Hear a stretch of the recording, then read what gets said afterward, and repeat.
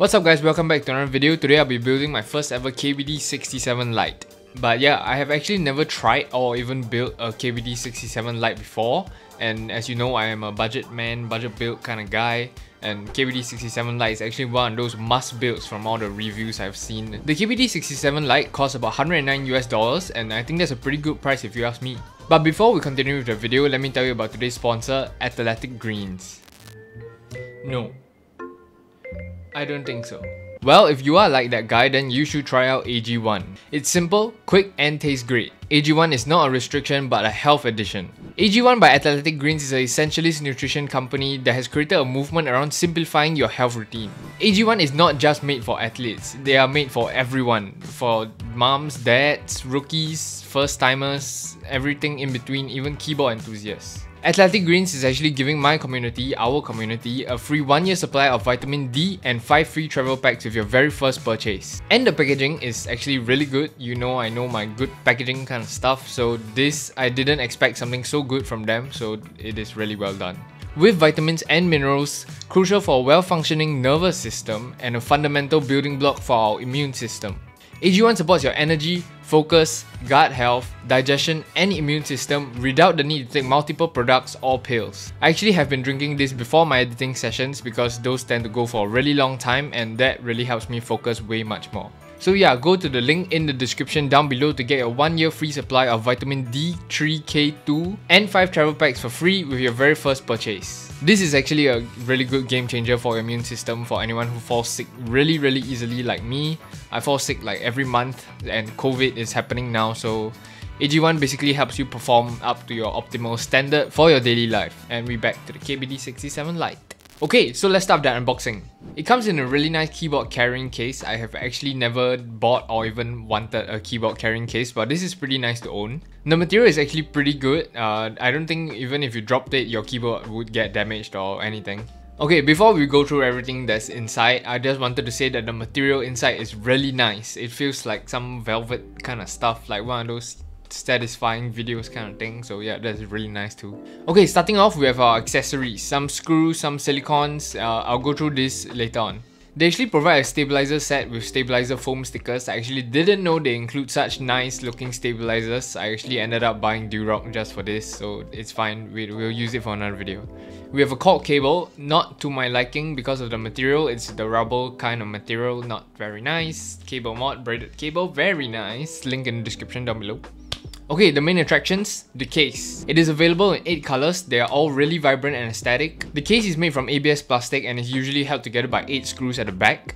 And you might be thinking, plastic case, why not just get a GK61? Okay, so this keyboard is usually known as the king of thock for those budget builders out there. There are many builds out there that sound really thocky. Alright, and this keyboard is gasket mounted as well, so it's better than the GK61. A new add-on in round 3 of the KBD67 Lite is the add-on of this PCB bottom case foam. I think that was a pretty good choice by them. This foam is actually pretty cool. They have 2 different material sides. You can see the differences. One side is more pour-on and the other side is more case foam. So yeah, moving on to our plate.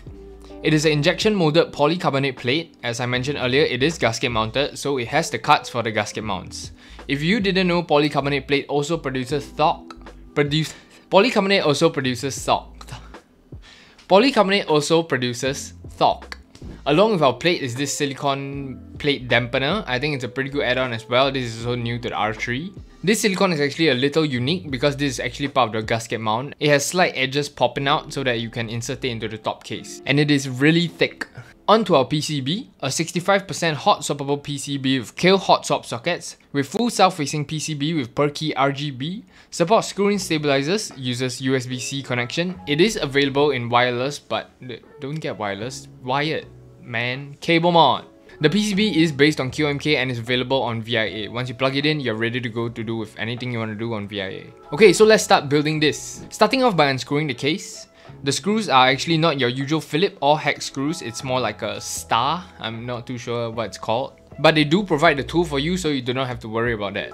Anyway, I basically just assembled the bottom case foam with the case, so that's really simple stuff. Let's talk switches. I'm going for thock, so I'm just gonna go with Gateron Box Ink Blacks. I hope this sounds thocky, hopefully. If you didn't know what the Box Ink Blacks are, they are a 5-pin linear switch with an operating force of 60 grams and a bottom out of 70 grams. pretty heavy switch. For a more in-depth review of this switch, you can go check it up somewhere up there. I'm not gonna point wrong, so I'm pointing this way. And of course, I looped them with Cracktalk Stove 5 Grade 0. As for stabilizers, I will be using the Durock V2 screw-ins because I actually looped them before I filmed the video, so that saves me time. But I'm pretty sure the screw-in stabilizers that they provide are pretty good as well. For the stabilizers, I looped them with Cracktalk Stove 5 Grade 0 with no holy mods whatsoever. The switches and stabilizers were sent over by the lovely people at Pantheon. Go check them out if you're interested in any of these kind of switches or stabilizers or accessories. They sell a lot of them and it's really cool. Before I install my switches, I will be trying out the stabilizer stickers. I think it's a pretty cool concept, and yeah, I'm just gonna show you guys how it looks like.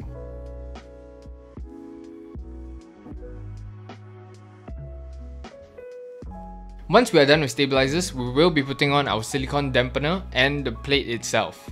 With those two installed, you can install your switches. Before I finish up the build, I'm going to show you guys what the silicone stuff was in the accessories bag. The gasket mount for this is basically based off silicone and not the usual Poron gaskets that you guys are used to. The gasket mount for this case is actually really different compared to the usual Poron gasket mounts. They actually use silicone dampeners that you install on the top housing, as you can see. Once you install all 8 of them on the top housing, you can install everything.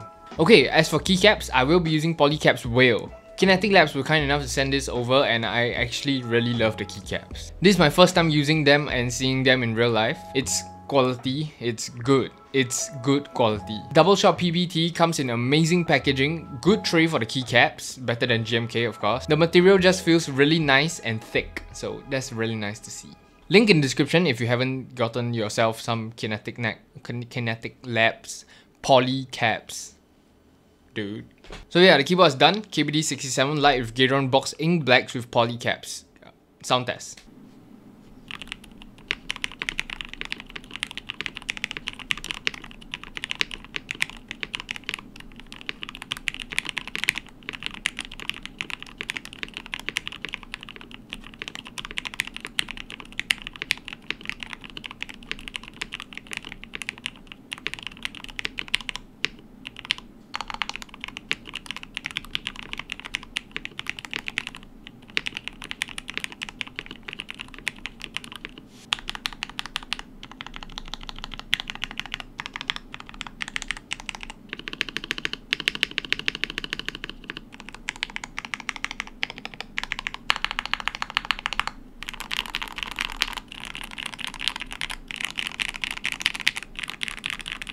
Aside from all that, we have come to the end of the video. I hope you guys enjoyed this video. Thank you for Athletic Greens for sponsoring this video. Comment down below your thoughts on the keyboard. I know I'm a little late for this KBD67 stuff, but I want to know your opinions on this keyboard itself. And yeah, go ahead and click like, subscribe, 40k next week, man. And yeah, I'll see you guys in the next one. Peace.